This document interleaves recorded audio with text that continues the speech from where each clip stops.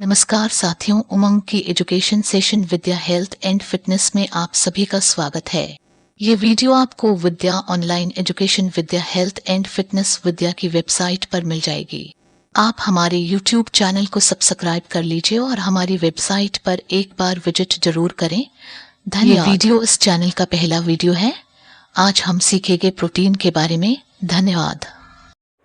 Protein दोस्तों, इसका नाम इंग्लिश में भी प्रोटीन ही कहते हैं, यानी जिसकी स्पेलिंग होती है PROTEINS, प्रोटीन्स, राइट। चलिए देखते हैं प्रोटीन किसे कहते हैं। दोस्तों, प्रोटीन को अगर हम अच्छे तरीके से डिस्कस करें, समझें, तो प्रोटीन जटिल नाइट्रोजन पदार्थ है, नाइट्रोजन युक्त पदार्थ है, जो कि लगभग 20 तरीके के अमीनो अम्लों के संयोग से बनता है। मैं आपको बता दूं कि 10 अमीनो अम्ल हमारे शरीर में पाए जाते हैं और 10 अमीनो अम्ल हमारे भोजन के मात्रा से जाते हैं, ठीक है। जो 10 अमीनो अम्ल हमारे शरीर में जाते हैं, वो अमीनो अम्ल संयोग करते हैं नाइट्रोजन के साथ, तो उसके साथ ही हमारे जो प्रोटीन्स का निर्माण होता है। अब प्रोटीन कार्य क्या करता है, हम इसे समझते हैं और इसके बाद हम स्ट्रक्चर के बारे में बात करेंगे कि प्रोटीन का स्ट्रक्चर कैसा होता है। दोस्तों, प्रोटीन जो है हमारे शरीर में करीब 15%, करीब 15% प्रोटीन होता है, यानी हमारे शरीर का जो भाग होता है वो लगभग 15% भाग प्रोटीन से बना होता है। प्रोटीन करता क्या है? तो दोस्तों, प्रोटीन जो है शारीरिक वृद्धि एवं जो शरीर में वृद्धि का काम करता है, ठीक है। प्रोटीन में कुछ ऊर्जा भी प्राप्त होती है, जिसे ऊर्जा की जो लगभग मात्रा होती है वो 4.3 होती है, जो कि हमारे शरीर में वृद्धि का काम करती है, ठीक है। प्रोटीन का उपयोग मुख्य रूप से किसको हो सकता है? सबसे पहले प्रोटीन का सबसे पहले शिशुओं यानी बच्चों को ज़रूरत पड़ती है सबसे ज़्यादा, और उसके बाद जब हमारे शरीर में चोट लगती है तो सबसे ज़्यादा प्रोटीन की ज़रूरत पड़ती है जो यंग यानी युवा लोग होते हैं, और जो बूढ़े होते हैं उनके शरीर में भी प्रोटीन की ज़रूरत पड़ती है, क्योंकि कोशिकाएं बहुत तेज़ी से मरती हैं, ठीक है। और प्रोटीन का काम क्या होता है? सबसे पहली चीज़, जो हमारे शरीर में कोशिकाएं मर जाती हैं उनका मरम्मत करना होता है, यानी उनको हटा के उनके स्थान पे नई कोशिकाओं को जन्म देना होता है। और जो हमारे शरीर में पाचन क्रियाएं होती हैं, जो जटिल पाचन क्रियाएं होती हैं, उनका एंजाइम का कार्य भी प्रोटीन करता है। हमारा प्रोटीन हार्मोन्स को संश्लेषण में भी भाग लेता है। हीमोग्लोबिन के रूप में यह शरीर में गैसीय संवहन का भी कार्य करता है, यानी हीमोग्लोबिन के रूप में गैसीय अवस्था में यह प्रोटीन कार्य करता है। और सबसे बड़ी चीज़, एंटीबॉडीज़ के रूप में यह हमारे शरीर में सुरक्षा प्रदान करता है, जो आज के समय में बहुत ज़रूरी है कोविड-19 के टाइम में। तो ये हो गया प्रोटीन के कार्यों के बारे में। चलिए अब हम बात करेंगे प्रोटीन के स्रोत के बारे में। प्रोटीन मिलता कहाँ से है? सबसे पहले दूध, अंडा, बादाम, सोयाबीन, पनीर, मांस, मछली, अंडे, दाल और मशरूम, दूध, इन सभी चीज़ों से जो है प्रोटीन मिलती है। अगर हम ध्यान से समझें तो लगभग जो हमारे खाने की वस्तुएं हैं उसमें प्रोटीन बड़ी मात्रा में पाई जाती है। यानी अगर हम एक नॉर्मल व्यक्ति है, जो युवा पीढ़ी है, जो युवा व्यक्ति होता है, उसको एक्स्ट्रा प्रोटीन लेने की कोई बहुत ज़्यादा ज़रूरत नहीं पड़ती, उसको प्रोटीन ऑलरेडी मिल जाती है। अब हम अगर समझें कि प्रोटीन सबसे ज़्यादा ज़रूरत पड़ती है अगर आप मसल बनाना चाहते हैं, तो आपको प्रोटीन की ज़रूरत पड़ती है। अगर आपका शरीर अनयूज़ तरीके से बढ़ा हुआ है, तो जब आप उस शरीर को धीरे धीरे कम करते हैं, उस वक्त भी प्रोटीन का कार्य बहुत ज़्यादा ज़रूरी पड़ता है, क्योंकि जो आपकी कोशिकाएं होती हैं वो धीरे धीरे कम होनी शुरू होती हैं, और जब नई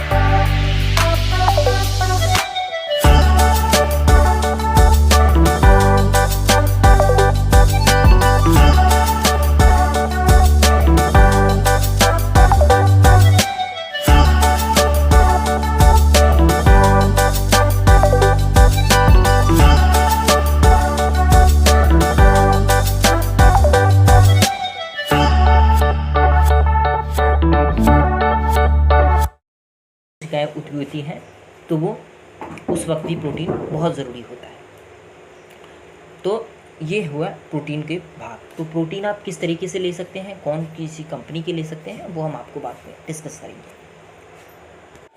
अब हम समझेंगे प्रोटीन के स्ट्रक्चर के बारे में कि प्रोटीन का निर्माण कैसे होता है। ठीक है, प्रोटीन के निर्माण जो हमारा कार्बोहाइड्रेट होता है वो किससे बनता है, C+H+O से बनता है, जिसका आपकी स्क्रीन पे दिख रहा होगा।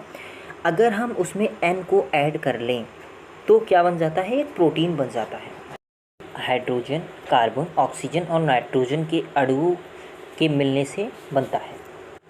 अब प्रोटीन कई प्रकार के होते हैं, तो आप जानकारी के लिए समझ लें कि प्रोटीन 3 प्रकार के होते हैं।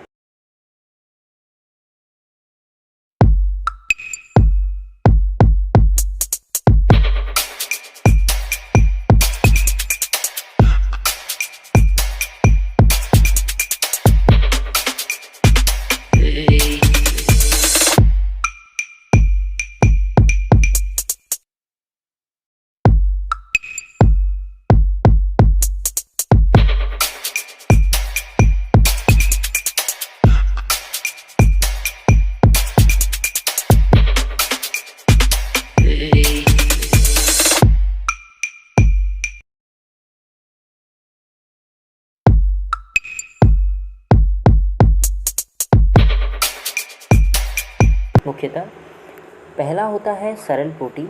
ये प्रोटीन सिंपल यानी सिर्फ अमीनो अम्लों से बना होता है, इसमें और कुछ सम्मिलित नहीं होता। अगर उदाहरण के लिए समझें तो ग्लोब्यूलिन जो है वो क्या है, ग्लोब्यूलिन जो है वो एक सरल प्रोटीन है। और अगर हम और एक देखें तो एल्ब्यूमिन, तो ये भी एक सिंपल प्रोटीन है। अब हमारा जो अगला प्रोटीन है वो है जो हमारा दूसरा प्रोटीन है वो है संयुग्मी प्रोटीन। ठीक है, ऐसा प्रोटीन जिसका संयोजन के अतिरिक्त अन्य किसी अणु से भी रहता है। ठीक है, जिनका संयोजन प्रोटीन के अतिरिक्त किसी अन्य अणु से भी रहता है, उसे क्या कहते हैं, संयुग्मी प्रोटीन। अगर हम इसका उदाहरण समझें तो सबसे सिंपल उदाहरण है ग्लाइकोप्रोटीन। ग्लाइकोप्रोटीन जो है वो जो है संयुग्मी प्रोटीन का एक बहुत अच्छा उदाहरण है। फास्फोप्रोटीन भी संयुग्मी प्रोटीन का एक बहुत ही अच्छा उदाहरण है। अब हम लास्ट प्रोटीन को समझते हैं, व्युत्पन्न प्रोटीन। ये प्रोटीन होते हैं, ये प्राकृतिक प्रोटीन के आंशिक जलीय अपघटन से प्राप्त होते हैं। यानी जो प्रोटीन होता है, ये जो प्राकृतिक प्रोटीन होता है, इसका जब जलीय अपघटन हो जाता है, इससे जो है व्युत्पन्न प्रोटीन प्राप्त होता है। ठीक है, तो हमने प्रोटीन के बारे में समझ लिया। अब हम समझेंगे कि प्रोटीन की वजह से कौन कौन से रोग हो सकते हैं। तो अगर हम ध्यान से समझें तो प्रोटीन की कमी से बहुत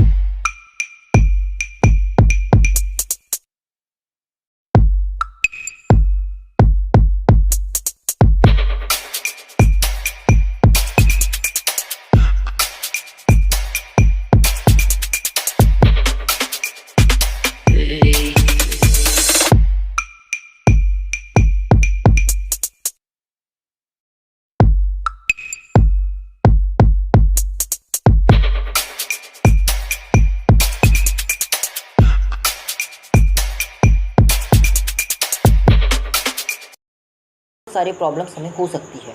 ठीक है, तो अब हम देखते हैं, सबसे पहले छोटे छोटे प्रॉब्लम समझते हैं।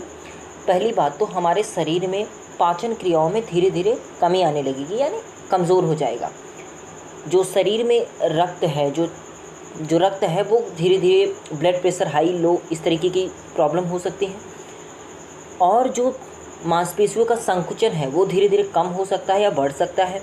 हार्मोन्स में भी ये बहुत भूमिका निभाता है, क्योंकि कुछ प्रोटीन जो होते हैं वो हार्मोन्स के ही बने होते हैं। तो जो प्रोटीन हार्मोन्स के बने होते हैं, अगर वो कम हो जाएंगे तो या तो वो प्रोटीन ही नहीं होगा, अगर वो बढ़ जाएंगे तो वो जो है या तो वो हार्मोन्स ही नहीं प्रवाहित होगा, अगर वो बढ़ जाएंगे तो वो नुकसान करेगा। ठीक है, और सबसे बड़ी चीज़, प्रोटीन अगर आपके शरीर में कम है तो हमारे शरीर में जो कोशिकाओं का जो नई कोशिका डिज़ाइन होती है वो बनने में टाइम लगेगा, राइट। जब अगर उनमें बनने में टाइम लगेगा तो एक तरीके का और नुकसान है। और सबसे बड़े नुकसान है, ये धीरे धीरे क्या होगा, प्रतिरक्षक जो हमारे शरीर में एंटीबॉडीज़ होते हैं वो कमज़ोर होने लगेगी, उनकी क्षमता कम होने लगेगी, यानी वो कम बनेंगे। ठीक है, तो ये प्रतिजैविक रूप में भी काम करता है। तो अब हम समझते हैं प्रोटीन के रोग के बारे में। जैसे कि आपको पता है कि प्रोटीन बढ़ने का काम करता है, यानी वृद्धि का काम करता है। तो अगर प्रोटीन कम होगा तो शरीर में वृद्धि कम होगी। अगर ये बच्चों में कम होगा तो उसके कुछ नेम्स हैं जो कि इसकी कमी से होते हैं। तो सबसे पहला है मेरास्मस। मेरास्मस एक रोग है जो प्रोटीन की कमी की वजह से होता है। एक दूसरा रोग है क्वासियोरकार। क्वासियोरकार ये रोग भी प्रोटीन की कमी से होता है। ध्यान देने वाली बात है कि ये बच्चों में होता है, यानी बच्चों में अगर प्रोटीन की कमी है तो ये रोग हो सकते हैं। अब हमें समझने की ज़रूरत है, आपके मन में भी ये सवाल उठ रहा होगा कि ये मेरास्मस रोग होता क्या है। तो अगर हम मेरास्मस रोग समझें तो आपने कुछ बच्चों को देखा होगा जिसका शरीर का जो सीने का हिस्सा होता है वो बहुत ज़्यादा दब गया होता है, यानी उसमें हड्डियाँ दिखनी होती हैं। अगर उसमें हड्डियाँ दिख रही हैं तो आप समझ लीजिए कि उसमें कौन सा रोग है, मेरास्मस रोग हो चुका है। ठीक है, और सेम अगर इसका उल्टा, अगर क्वारियोरकार जो रोग है, क्वारियोरकार जो प्रोटीन है जो रोग है, उसमें क्या होता है कि शरीर के हाथ और पैर कमज़ोर हो जाते हैं और पेट इसकी तुलना में बहुत ज़्यादा मात्रा में बढ़ जाता है। तो क्वारियोरकर अगर जिसमें ये लक्षण दिख जाए तो आप समझ लीजिएगा कि इसमें क्वारियोरकर बढ़ गया है। ठीक है, और शरीर में कीटोन की मात्रा भी बढ़ जाती है। ठीक है, और कीटोन एक विषैला पदार्थ है, शरीर में जितनी मात्रा की कीटोन की चाहिए उससे अधिक हो जाती है, एक नुकसानदायक है। यानी प्रोटीन अगर कम है तो शरीर में कीटोन की मात्रा भी बढ़ जाती है। इसका कोई नाम नहीं है, इसे आप इजीली समझ सकते हैं। अगला देखते हैं कि प्रोटीन अगर बहुत ज़्यादा हमारे शरीर में हो जाए तो फिर क्या करेंगे। ठीक है, अगर हमारे शरीर में प्रोटीन बहुत ज़्यादा हो जाता है यानी अधिक हो जाता है तो कोलेस्ट्रॉल बढ़ जाता है। अगर कोलेस्ट्रॉल बढ़ जाता है तो आपको पता है कि ये कैंसर का भी मुख्य कारण बन सकता है। ठीक है, और आपको बता दें, अगर शरीर में प्रोटीन बढ़ जाता है तो क्या होता है कि जो कार्बोहाइड्रेट होता है, अगर जैसे वसा बढ़ेगा तो कार्बोहाइड्रेट कम होगा, प्रोटीन कम होगा। अगर प्रोटीन बढ़ जाएगा तो कार्बोहाइड्रेट कम हो जाएगा। इस तरीके के सिम्टम्स होते हैं। तो अगर हमारे शरीर में प्रोटीन बढ़ जाता है तो कार्बोहाइड्रेट कम हो जाता है, और अगर कार्बोहाइड्रेट कम हो जाता है तो हमारे शरीर में जो फाइबर हैं उसकी मात्रा कम हो जाती है, यानी फाइबर हमारे शरीर को कम मिलने लगता है, जो कि हमारे शरीर के लिए नुकसानदायक, हानिकारक होता है। वैसे अगर आपकी उम्र एक एवरेज यानी आप युवा हैं तो आपको प्रति किलोग्राम की वजह से प्रति ग्राम प्रोटीन की ज़रूरत पड़ती है। ठीक है, मतलब जैसे आप 1 किलो नहीं, अगर आप 55 किलो से हैं तो आप 55 ग्राम, 60 किलो हैं तो 60 ग्राम, 70 किलो है 70 ग्राम, इस तरीके से आप बन सकते हैं। लेकिन अगर आपको 16 से 18 वर्ष की उम्र है तो कुछ हमें दिया गया है स्ट्रक्चर चीज़, इस तरीके से आप यूज़ कर सकते हैं। जैसे अगर आप 16 से 18 वर्ष के हैं, अगर आपके शरीर में वज़न 57 किलोग्राम है, जो कि बहुत ज़्यादा होता है, तो आपको 78 ग्राम प्रोटीन की ज़रूरत होती है। अगर आप एक महिला हैं और आपकी उम्र सेम है तो आप 50 किलोग्राम की हो सकती हैं, तो आपको रेगुलर 63 ग्राम प्रोटीन की ज़रूरत पड़ेगी। गर्भवती महिलाओं के लिए 63 ग्राम, 63 ग्राम, और जो स्तनपान कराती हैं उनको 75 ग्राम प्रोटीन की पर डे ज़रूरत पड़ती है, रेगुलर ज़रूरत पड़ती है। ठीक है, तो अब हम समझते हैं कि अगर हमारे शरीर में प्रोटीन बढ़ गया है तो हम कैसे कम करेंगे। ये काफ़ी ज़रूरी होता है और ये बहुत ही कम मात्रा में देखने को मिलता है। किडनी वाले पेशेंट्स के लिए ये काफ़ी ज़रूरी होता है। तो चलिए देखते हैं। अगर हम समझें तो आप ऐसी चीज़ों को कम से कम खाएं, क्योंकि होता है तो सभी चीज़ों में प्रोटीन। आप ऐसी चीज़ों को कम से कम खाएं जिसमें प्रोटीन ज़्यादा होता है। जैसे आप जो है दाल कम से कम यूज़ करें, क्योंकि अगर आप दाल कम यूज़ करेंगे तो प्रोटीन उसमें बहुत ज़्यादा होती है, तो उसका कम यूज़ करें। सोयाबीन का यूज़ बिल्कुल भी मत करें। अंडे खाएं, अंडे का जो वाइट कलर होता है वो खाएं, जो येलो कलर होता है, जो पीला कलर होता है उसको मत खाएं, क्योंकि जो वाइट कलर होता है वो हाई प्रोटीन होता है, वो आपके शरीर में वृद्धि के काम आ जाता है, जो कि ज़रूरी है। लेकिन जो येलो कलर होता है वो बिल्कुल ना करें, वो बिल्कुल ना खाएं। और आप चिकन खा सकते हैं, क्योंकि चिकन में प्रोटीन कम होता है, लेकिन आप ऐसे चिकन का यूज़ मत करें जिसमें कि आप बहुत ज़्यादा तेल वगैरह इन सब चीज़ों का यूज़ करते हैं, मसाले बहुत ज़्यादा डालते हैं, तो इन सब चीज़ों का यूज़ ना करें और मसाले की कमी करें, क्योंकि इससे भी प्रोटीन में बढ़ोतरी बहुत तेज़ी से होती है। तो ये वीडियो शिक्षा के पर्पज़ से बिल्कुल नहीं बनाया गया है, ये आपको नॉर्मल जानकारी के लिए बनाया गया है। अगर आपको शिक्षा के पर्पज़ से कोई भी वीडियोस चाहिए, एजुकेशनल वीडियोस, तो आप हमारे यूट्यूब के चैनल विद्या ऑनलाइन एजुकेशन पे जा सकते हैं। इसका लिंक आपको वीडियो के डिस्क्रिप्शन में मिल जाएगा। मिलेंगे किसी अगली वीडियो में, तब तक के लिए धन्यवाद, नमस्कार।